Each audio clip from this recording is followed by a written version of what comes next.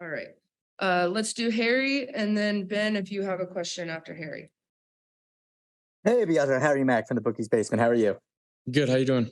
I'm good, man. I'm good. Thank you for the time. So, I'll keep it quick here. But how has your development been with the PFL so far? How have you? How do you feel that they've kind of been developing you as an amateur and getting you prepared for your professional career?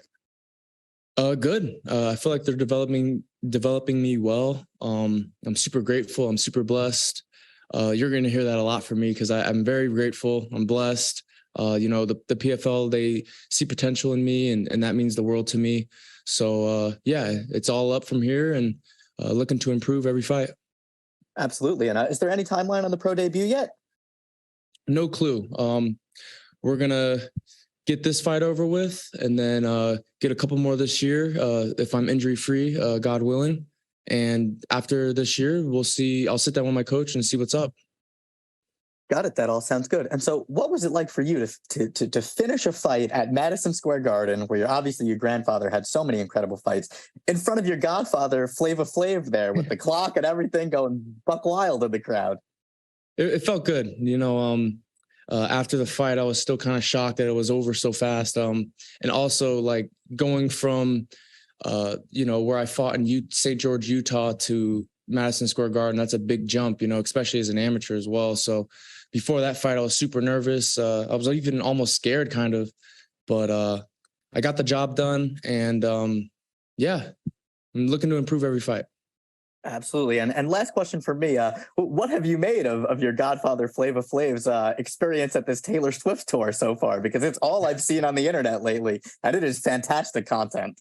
That's new to me. I didn't know he was a Taylor Swift fan. But he's a great guy, man. He's got so much energy. He's full of life, and he's got just such a good spirit. So, and he's everywhere. He's traveling all over the place. So to see him at the Taylor Swift stuff, that's pretty cool. That's very funny. All right. Well, thank you very much for your time, brother. Best of skill. Thank you. You too.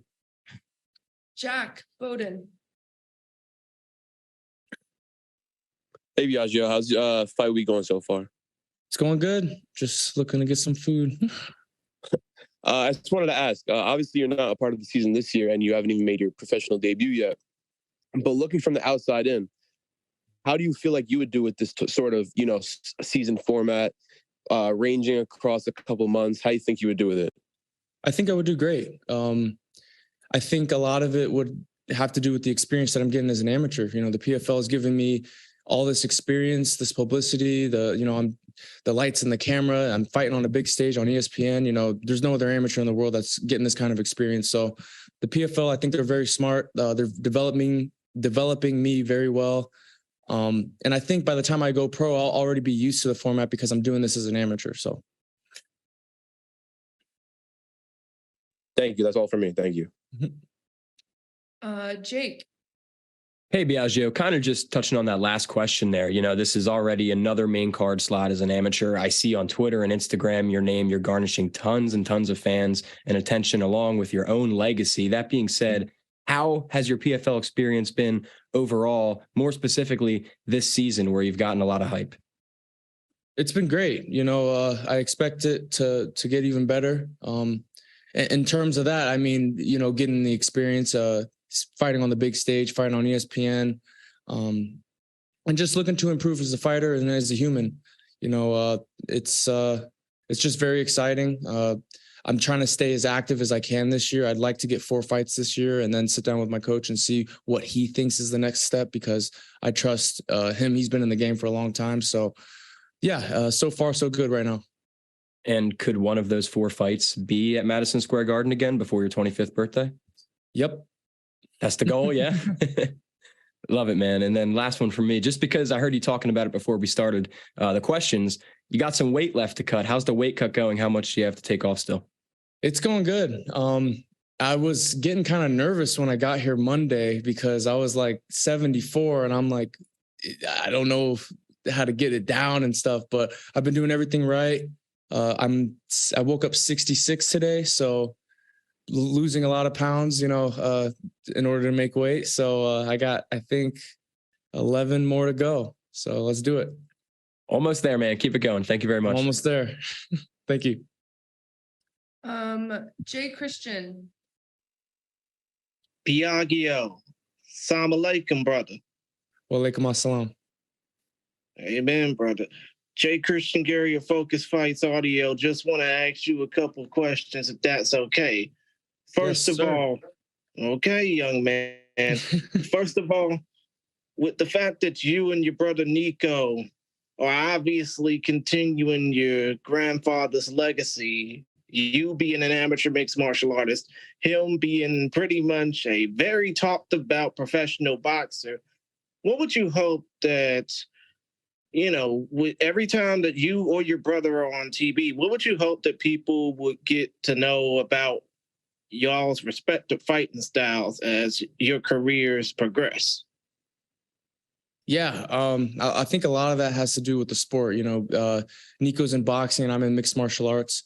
One of the advice that my grandfather gave my brother when he was starting in boxing was dance. He liked, you know, if you watch my grandfather's fights, he loved to dance, and it was very entertaining to watch. He had a style that was so unique and very, it drew people's eyes. So that's a piece of advice that I want to take to the cage. You know, this next fight, I'm looking to be a little loose, move like water, like Bruce Lee says, you know? So, yeah, I think in terms of style, that's kind of the difference. You know, Nico has his own style in boxing and I have my own in MMA because they're obviously different sports. But yeah, and, you know, I'm still an amateur. I'm still a baby in the game. I'm still learning and improving. So I'm still developing the style that works best for me right now. I see. And, you know, kind of getting away from mixed martial arts real quick. I know that you played college football at UNLV. I know that your grandfather, you know, had that memorable one night in Miami with folks like Sam Cooke and obviously the late, great Jim Brown, who just passed away.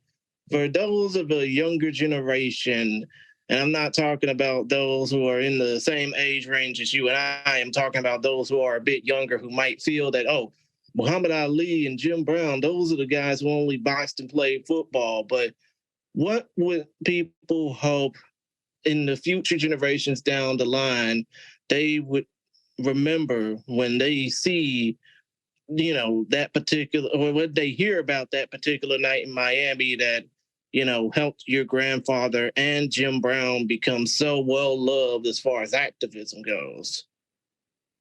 What was the question again? I'm sorry.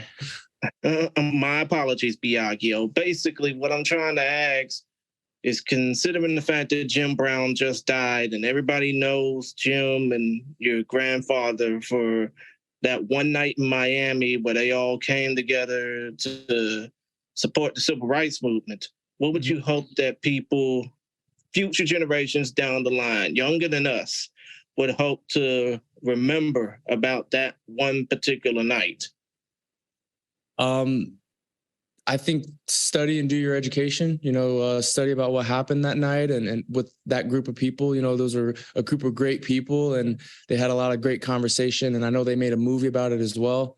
I think just seeking knowledge and seeking the education about stuff that night, and not just that night, but the individuals themselves as well. You know, they were such prominent figures in whatever they did. So I think just the search for knowledge, I would suggest to the new generation. Understood. And as far as your fight goes, anything you would want to say to Travell Miller if he was listening to this? Good luck. Or in this case, best of skill, young man. Good luck on Friday. Yes, sir. Jonathan. Jonathan Ramlakan, 5 Region Sports. Hey, Biaggio.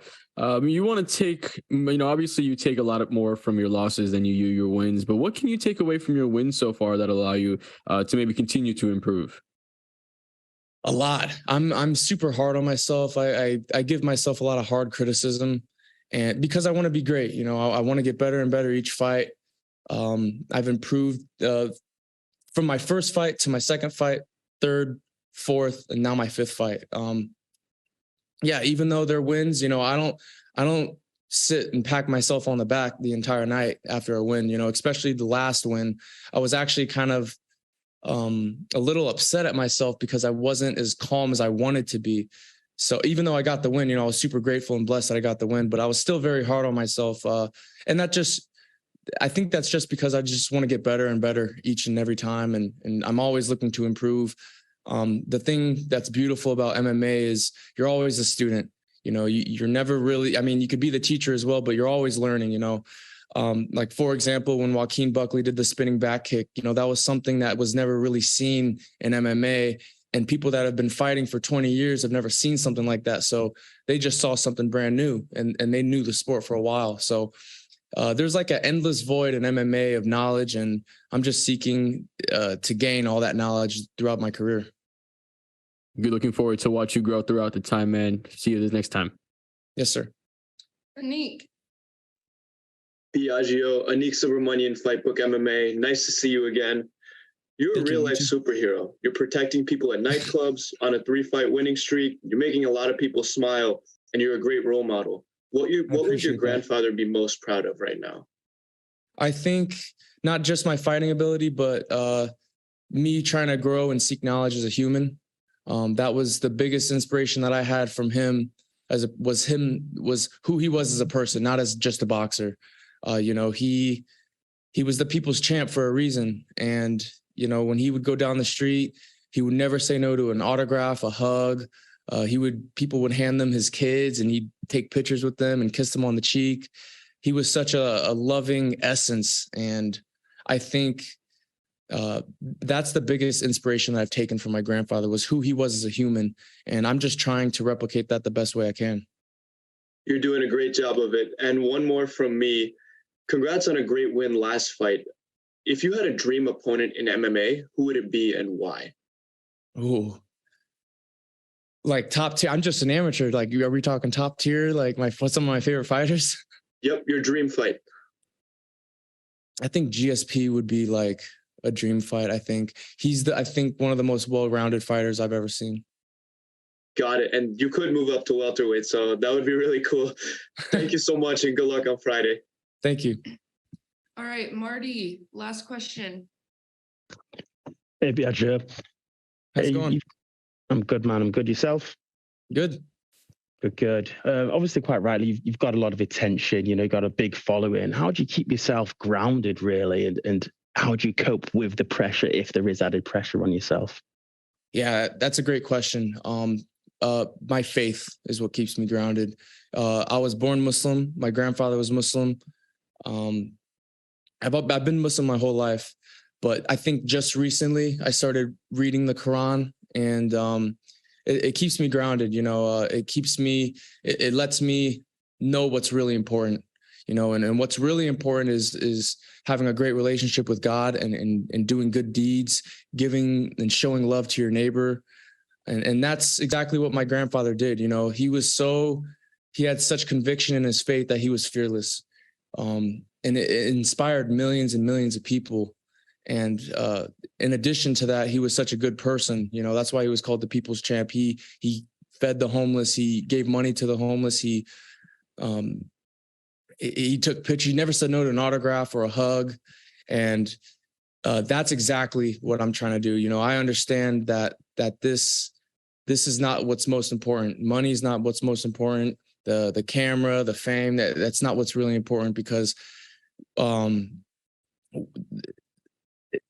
after this life, it's not over. You either go to a good place or a bad place, and I want to go to a good place. So in order to do that, I want to have a great relationship with God, and I want to do good deeds throughout my entire life. So that's what keeps me grounded, is knowing that.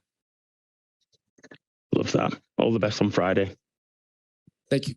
All right. Thank you so much for your time today, Biaggio. Appreciate you. Thank you, Donnie. Let's get you.